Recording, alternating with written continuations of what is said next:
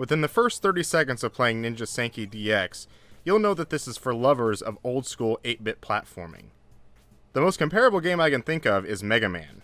Traps, enemy placement, and platforms are placed in specific places to challenge the player and test their 2D platforming ability. It captures the feel of an 8-bit platformer without feeling too frustrating, and doesn't overstay its welcome with its manageable 16 levels. Hayate is a blue ninja that is after a band of evil ninjas and creatures who murdered his beloved wife. That's about all there is for story, but the game does offer multiple endings. Through the 16 levels, or scenes, you'll go through 8 different environments with new enemies to fight. Each enemy has a specific pattern, so recognizing certain enemies will help in your knowledge of how to handle each situation. On the even-numbered levels, you'll face a boss encounter. Some bosses offer little to no challenge, while others, especially the final boss, involves a hefty challenge. One of my complaints with the boss structure is that there is one boss in particular that is repeated multiple times. I couldn't help but think with the other unique bosses the game offers, there could have been new and unique encounters, but was disappointed when the same boss occurred several times.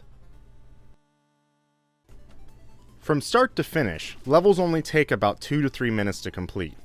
However, you'll most likely be replaying levels a few times to learn how each intricate part of the level works. You'll need to take your time, and rushing in blindly will lead to frustration. The more you learn the level, the easier you'll be able to blaze through levels right and left. When starting up a level, it can appear very daunting, but after a few tries, you'll know what to expect. And after that, the levels are manageable. As long as you take 5 to 10 minutes on each level to learn how the enemies and traps work, you shouldn't have a problem getting through the game. 3 lives are given to you each time you start a level. Each level has a checkpoint somewhere in the middle, and a checkpoint right before the boss. Lose all the lives and you'll need to start the level over, but if you're paying attention, you shouldn't have any trouble getting right back to where you were. There aren't any abilities or complex moves that you'll need to pull off. Just moving Hayate, double jumping, and throwing shurikens is all the game has in terms of player control. And it's for the best. I wasn't wishing there was another mechanic in the game at all during my play sessions.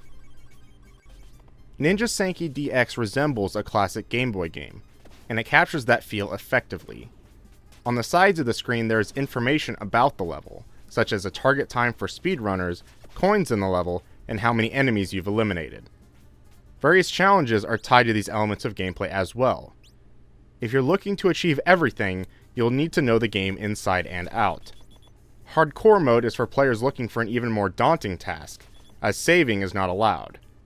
A remixed soundtrack of the game is available at default, and there is an option to switch to the classic soundtrack.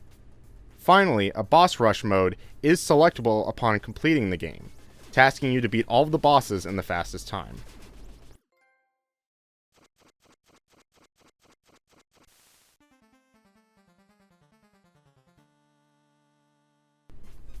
With manageable levels that feel like a puzzle themselves, simplistic gameplay, and challenges that will attract dedicated players, Ninja Senki DX is a pretty well-rounded package for such a small price tag. At the end of the 16 levels, I wasn't yearning for more, and for players looking to complete everything can do so without being overwhelmed by the amount of content.